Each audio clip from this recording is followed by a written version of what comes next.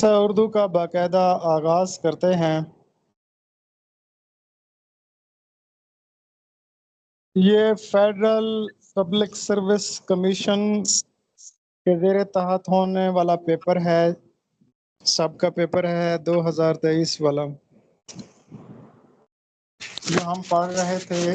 آج ان کی نیکسٹ معروضیاں پڑھتے ہیں۔ جی، آپ میں سے کوئی ممبر سوال نمبر 43 سے ریڈنگ کرے۔ سر میں کروں؟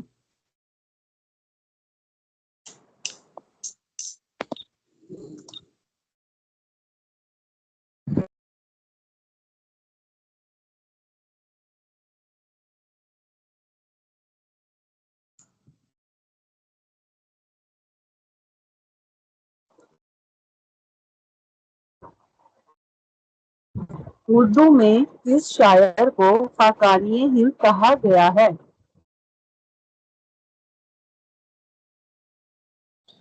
جی، آپ سمیت پڑھیں۔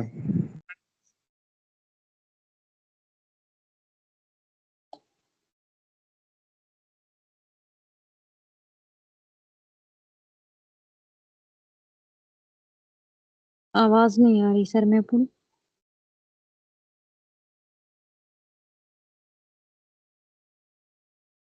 وعلیکم السلام، کوئی بول نہیں رہا، آواز کلیئر ہے۔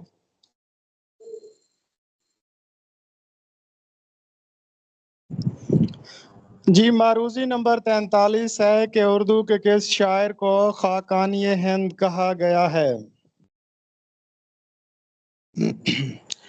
درد کو، ذوق کو، مصحفی کو یا داغ کو؟ تو خاقانی ہند ہندوستان کا خاقانی۔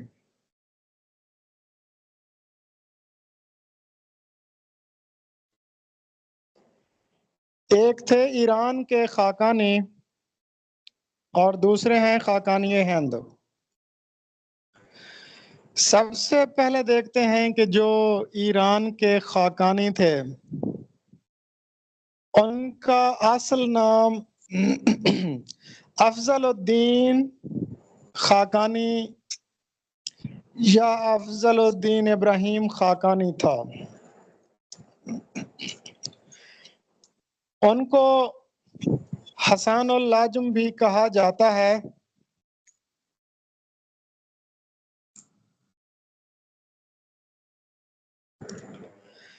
آپ لوگ کتب میں پڑھتے ہیں نظامی گنجوی، تو خاقانی کو نظامی بھی کہا جاتا ہے اور نظامی گنجوی بھی کہا جاتا ہے۔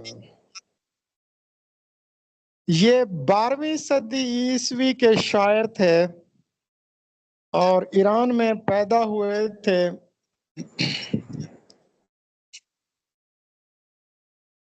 تذکرہ نویسوں نے ان کا نام ابراہیم لکھا، لیکن انہوں نے اپنا نام خدا بدیل لکھا۔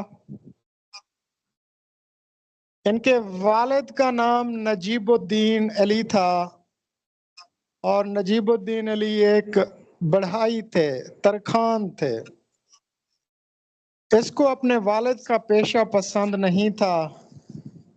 ہاں، اس کا چچا پڑھا لکھا شخص تھا، اس نے اپنے چچا سے علوم و فنون سیکھے اور یہ اپنے قصائد کی وجہ سے مشہور ہے۔ اور انہوں نے ایک مشہور قصیدہ لکھا تھا،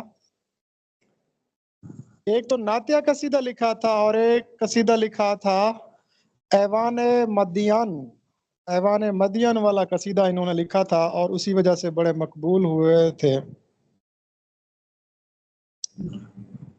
اور 1198 عیسوی میں ان کا انتقال ہوا تھا۔ اس کے بعد آپ دیکھتے ہیں کہ ذوق کو خاقانی ہند کا خطاب کس نے دیا تھا؟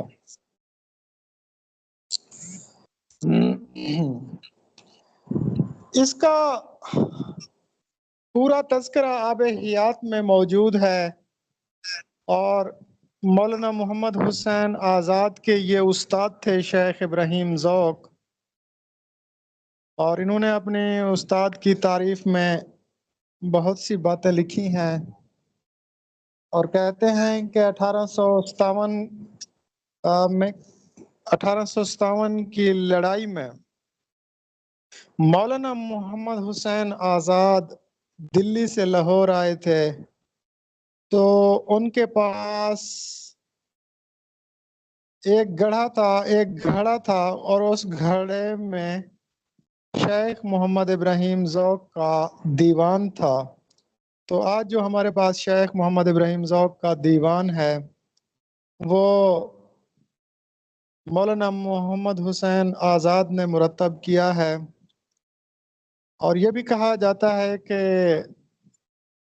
شیخ ابراہیم ذوق کے دیوان میں بہت سا کلام مولانا محمد حسین آزاد نے اپنی طرف سے بھی شامل کیا ہے۔ خیر، شیخ ابراہیم ذوق، ان کے بارے میں کہا جاتا ہے کہ ان کے کل 30 قصائد ہے۔ یہ ابو محمد سحر نے کہا ہے کہ ان کے 30 قصائد ہیں، کچھ کہتے ہیں کہ 28 ہیں، کچھ کہتے ہیں کہ 27 ہیں، کچھ کہتے ہیں 26 ہیں، لیکن ڈاکٹر ابو محمد سحر کے مطابق شیخ ابراہیم ذوق کے 30 قصائد تھے، جن میں سے 15 قصائد 1857 کی جنگ میں ضائع ہو گئے تھے اور 15 موجود ہیں۔ کہا جاتا ہے کہ شیخ محمد ابراہیم ذوق نے 18 سال کی عمر میں، بلکہ 19 سال کی عمر میں مغل بادشاہ اکبر شاہ ثانی کا ایک قصیدہ لکھا تھا، اور اس میں ثنائے بدائے کا استعمال بھی کیا تھا، اور کہتے ہیں کہ 18 اشعار کا قصیدہ تھا اور ہر شعر ایک مختلف زبان میں تھا۔ جبکہ سرطان و اسد مہر کا ٹھہرا مسکن، آب و ایلولا ہوئے نشو و نمائے گلشن، یہ اس قصیدے کا پہلا شعر تھا۔ یہ قصیدہ سن کر اکبر شاہ ثانی نے شیخ محمد ابراہیم ذوق کو خاقانی ہند کا خطاب دیا تھا، اور کہتے ہیں کہ ایک گاؤں جاگیر میں بھی عطا کیا تھا۔ تو اب ہماری پہلی معروضی کمپلیٹ ہو گئی۔ خاقانی ایران کا شاعر تھا، خاقانی ہند ہندوستان کا شاعر شیخ ابراہیم ذوق تھا، اس کے متعلق میں نے بتا دیا ہے۔ تو اب نیکسٹ معروضی پڑھتے ہیں۔ جی میاں نیکسٹ معروضی قدرے اونچی آواز میں آپ پڑھیے اور آپشنز کے ساتھ پڑھیے گا۔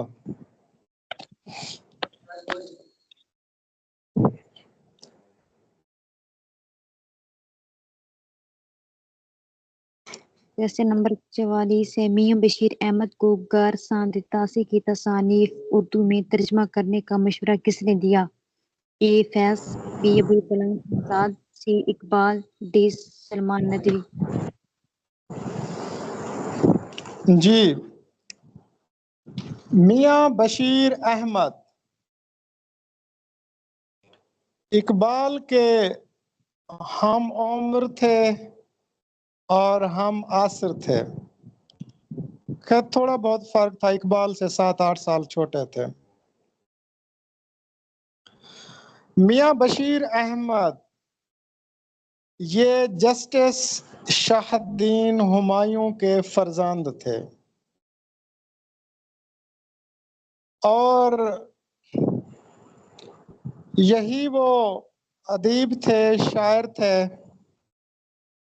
جنہوں نے اپنے والد جسٹس شاہدین ہمایوں کی یاد میں رسالہ ہمایوں بھی جاری کیا تھا 1922 میں،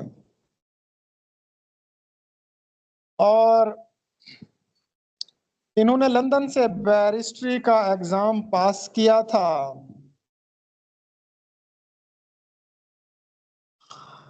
جب ان کے والد 1921 میں دسمبر 1921 میں، یاد رہے 1921 میں اکبر الہ آبادی بھی فوت ہوئے تھے، وہ بھی غالب کے دوست تھے، اپنا اقبال کے دوست تھے اور مرشد تھے۔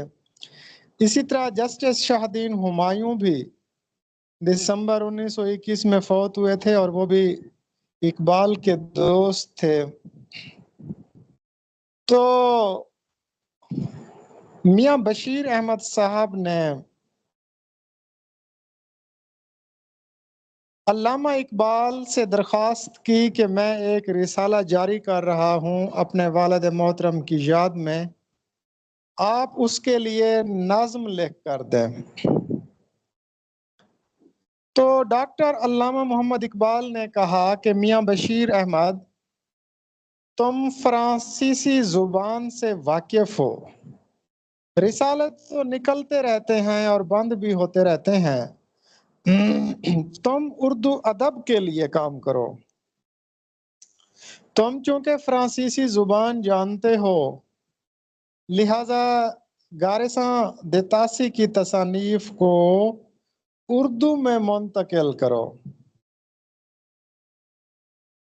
لیکن میاں بشیر احمد کہتے ہیں کہ میرے دماغ میں رسالے کا بھوت سواس تھا، شوق سمایا ہوا تھا، میں نے اصرار کیا کہ نہیں، آپ مجھے ایک نظم لکھ کر دیں۔ پھر اقبال نے کہا ٹھیک ہے ویکھو۔ اقبال اکثر کہتے تھے ویکھو ٹھیک ہے، پنجابی میں کہتے تھے۔ اور آپ کو پتہ ہے کہ جب ہمایوں کا پہلا رسالہ شائع ہوا تھا تو اس میں جسٹس شاہدین ہمایوں کے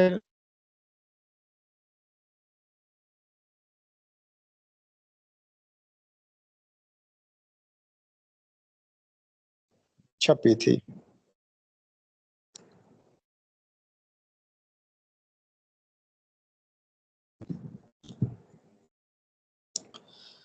گارساں دیتاسی کے متعلق تھوڑا سا میں بتا دوں۔ گارساں دیتاسی کا تعلق فرانس سے تھا۔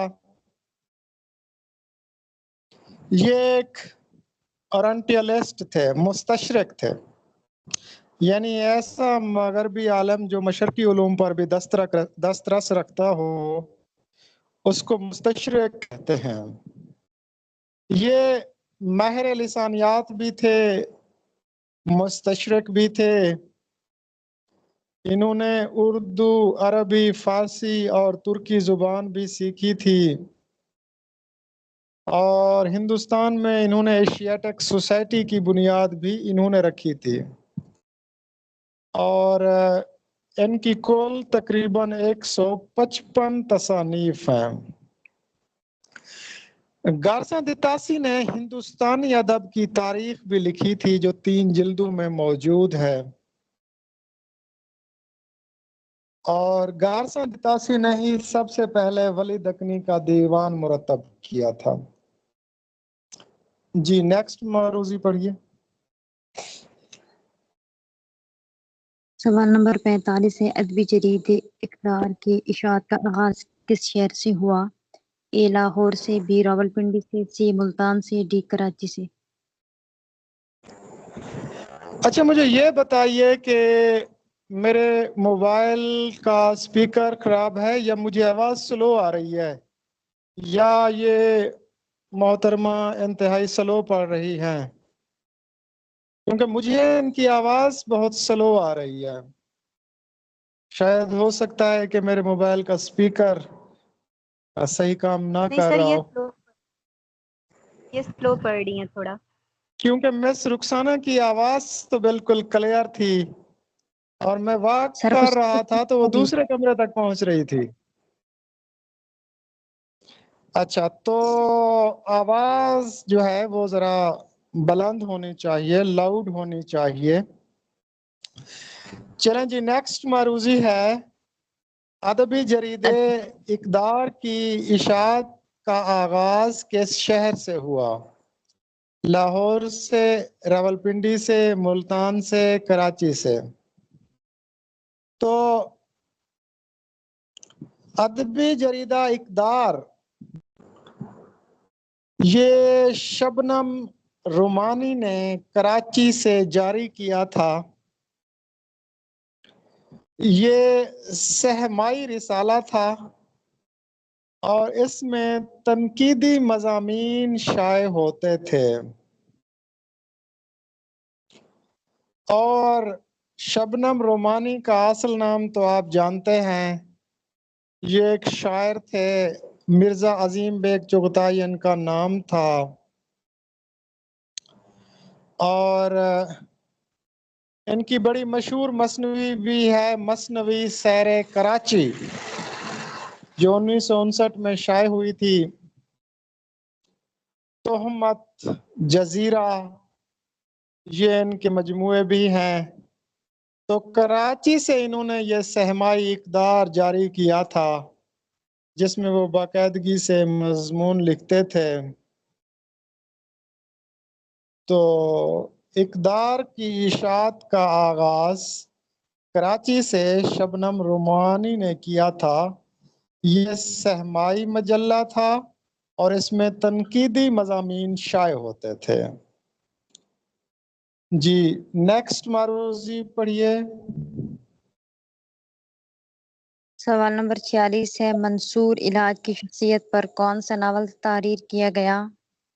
دشت سوز، صدیوں کی زنجیر، انقلاب، ایک قطرہ خون.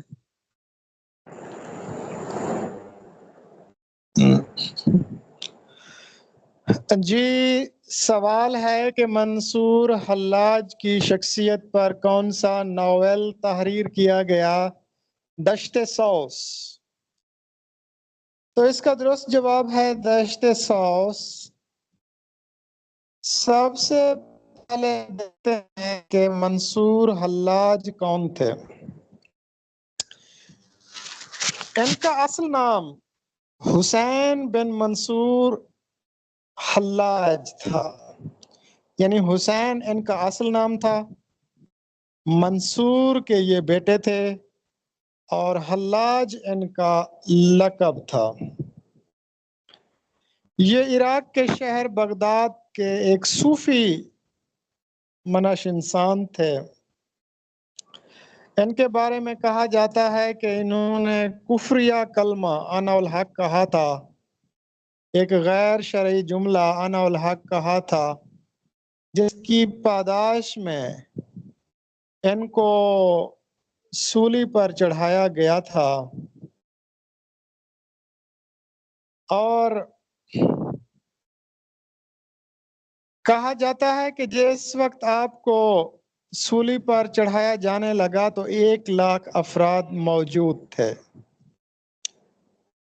تو آپ لوگوں کو دیکھ کر انا الحق انا الحق کہہ رہے تھے. اس وقت کسی نے پوچھا کہ عشق کس کو کہتے ہیں؟ تو منصور حلاج نے کہا تھا کہ آج کل اور پرسوں تجھے معلوم ہو جائے گا کہ عشق کسے کہتے ہیں. تو اسی دن اس کو پھانسی دی گئی. اگلے دن نعش کو جلایا گیا اور پھر تیسرے دن راکھ کو دریائے دجلہ میں بہا دیا گیا. ان کے مطابق عشق کا یہ صحیح مفہوم تھا. حلاج کیوں کہتے ہیں؟ کہا جاتا ہے کہ ایک مرتبہ روئی کے ذخیرے سے گزرے اور عجیب انداز میں کچھ اشارہ کیا تو روئی خود بخود دھنک گئی تھی. صاحب کرامات صوفی تھے، ان کی کرامتیں بھی بڑی مشہور ہیں اور ان کے ارشادات بھی کافی مشہور ہیں. اس کا ٹائم نہیں ہے. اس کے بعد دیکھتے ہیں دشت سوس.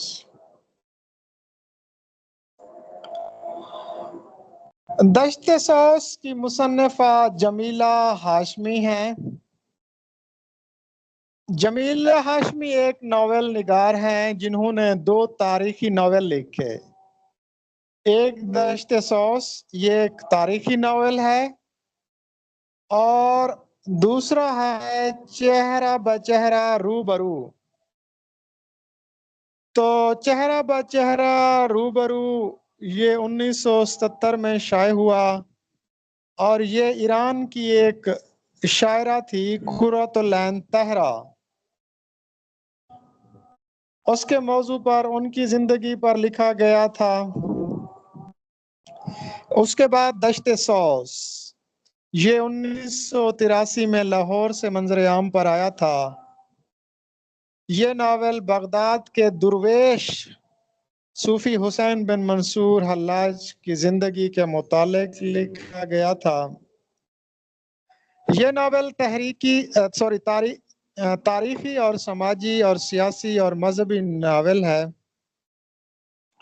یہ ایک کرداری ناول ہے. کردار اس میں ایک ہے، منصور بن حلاج مرکزی کردار، اسی کے گرد یہ ناول گھومتا ہے، تو اس لیے یہ کرداری ناول بھی ہے. اور شاید دشت سوس کے بارے میں نے تفصیل سے کسی لیکچر میں بھی بتایا تھا.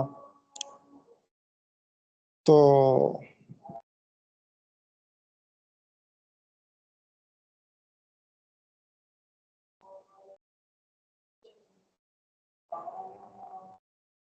جی نیکسٹ معروضی پڑھیے.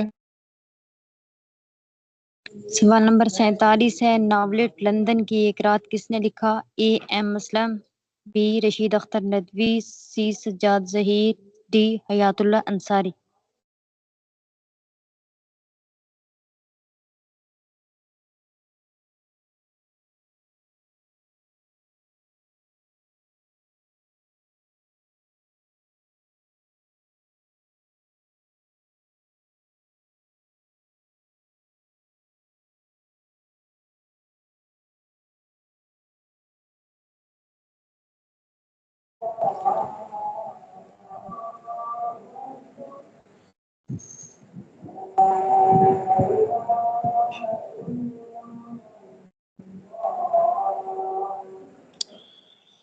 جی نیکسٹ ہماری معروضی تھی کہ ناولٹ لندن کی ایک رات کس نے لکھا؟ یہ ڈاکٹر سجاد ظہیر نے لکھا تھا. لندن کی ایک رات ان ہندوستانی طلباء کی ذہنی اور نفسیاتی کشمکش کا بیانیہ ہے جو تعلیم کی غرض سے ہندوستان سے برطانیہ جاتے تھے، یورپ جاتے تھے، لندن جاتے تھے، اور لندن جا کر وہ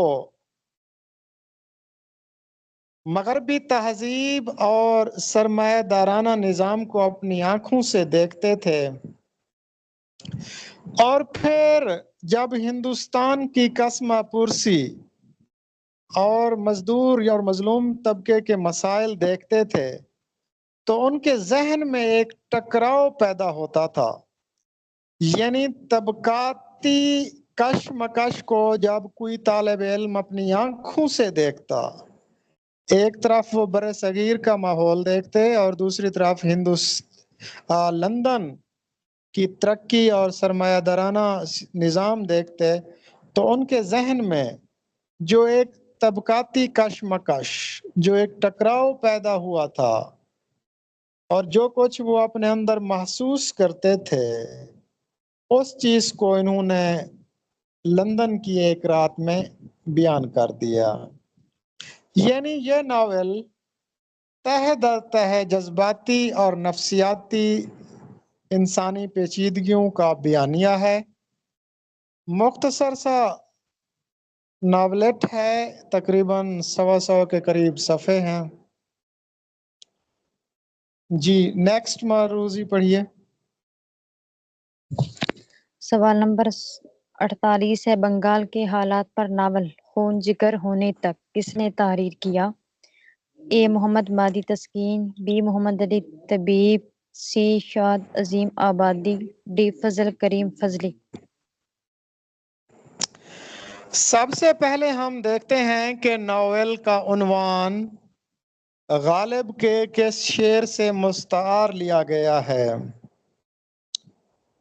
آہ کو چاہیے ایک عمر اثر ہونے تک ویسے ہوتے تک ہے دیوان میں، کون جیتا ہے تیری زلف کے سر ہوتے تک، عاشقی صبر طلب اور تمنا بیتاب، دل کا کیا رنگ کروں خون جگر ہوتے تک، ہم نے مانا کہ تغافل نہ کرو گے لیکن خاک ہو جائیں گے ہم تم کو خبر ہوتے تک۔ تو خون جگر ہونے تک اس ناول کا عنوان غالب کے شعر سے مستعار لیا گیا تھا۔ عاشقی صبر طلب اور تمنا بیتاب، دل کا کیا رنگ کروں خون جگر ہونے تک۔ رنگ کرنا کا مطلب ہے دل کی کیا کیفیت بیان کرنا، رنگ کرنا کیفیت بیان کرنا۔ اچھا، عاشقی صبر طلب اور تمنا بیتاب، اس نام سے دو آپ بیتیاں بھی ہیں۔ کیا آپ میں سے کوئی بتا سکتا ہے کہ یہ کس ادیب اور مصنف کی آپ بیتیوں کا عنوان ہے؟ عاشقی صبر رشید طلب اور تمنا بیتاب۔ رشید امجد جی کی بالکل، یہ رشید امجد کی آپ بیتیوں کے عنوانات ہیں جو کہ غالب کے اسی شعر کے پہلے مصرے سے مستعار لیے گئے تھے۔ تو خون جگر ہونے تک سب سے پہلے ہم نے اس عنوان کا پس منظر دیکھا۔ اب دیکھتے ہیں کہ بنگال کے کیا حالات تھے۔ 1943-44 میں بنگال، جس کو بنگلہ دیش کہا جاتا ہے، موجودہ بنگلہ دیش، اور ہندوستان کا بھی کچھ علاقہ شامل تھا کیونکہ اس وقت بنگال بہت بڑا صوبہ تھا نا، تو اس میں بہار اور اڑیسہ بھی ساتھ شامل تھے۔ تو کہتے ہیں 1943-44 میں 30 لاکھ افراد فاقہ کشی سے یا قحط سے مر گئے تھے، اور آپ 1943 کی تصاویر نیٹ پر بھی دیکھ سکتے ہیں، خدا معاف کرے۔ تو کہتے ہیں کہ اناج ختم ہو گیا تھا، چاول کی قلت ہو گئی تھی، اور چاول دستیاب نہیں تھا۔ دوسری جنگ عظیم بھی اس وقت جاری تھی، اور کہتے ہیں کہ مائیں اپنے بچے چاولوں کے بدلے میں اپنے بچے فروخت کرتی تھیں۔ تو انہی دنوں فضل کریم احمد فضلی بنگال میں سیکٹری تعلیمات تھے۔ انہوں نے یہ سارا منظر اپنی آنکھوں سے دیکھا، اور پھر جو کچھ انہوں نے دیکھا وہ انہوں نے اپنے ناول خون جگر ہونے تک میں بیان کر دیا ہے۔ تو کہتے بنگال خون جگر ہونے تک کا موضوع ہے، اور اس کے مصنف فضل کریم فضلی ہیں۔ تو میرے خیال میں آج اتنا کافی ہے۔ آگے عصمت چغتائی صاحبہ آ رہی ہیں، میرا خیال ہے ان کا جو مشہور ہے چوتھی کا جوڑا افسانہ، اس کا خلاصہ آپ کو سنایا جائے، اور عصمت کے کچھ زندگی کے پہلو بیان کیے جائیں۔ تو انشاءاللہ کل پھر عصمت چغتائی صاحب سے آغاز کریں گے اپنے لیکچر کا۔ تو آج کا لیکچر یہیں پر اختتام پذیر ہوتا ہے. انشاءاللہ کل پھر نیو لیکچر کے ساتھ حاضر ہوں گے. تو میڈم صاحبہ سیشن کلوز کر دیجئے گا. اللہ حافظ. Okay sir. اللہ